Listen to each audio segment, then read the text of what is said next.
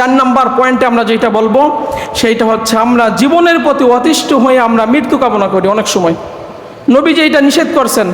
মৃত্যু কামনা যদি করতেই হয়, নবীজি দোয়া শিখিয়েছেন, আল্লাহুম্মা আহিনি মা কানাতিল হায়াতু খায়রাল লি ওয়া তাওয়াফানি ইযা কানাতিল ওয়াফাতু খায়রাল লি।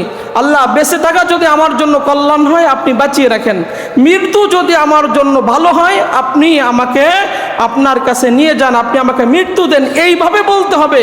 কিন্তু জীবনের প্রতি অতিষ্ঠ হয়ে কখনো মৃত্যু কামনা করা যাবে, যদি করতে হয় এই দোয়াটা পড়তে হবে।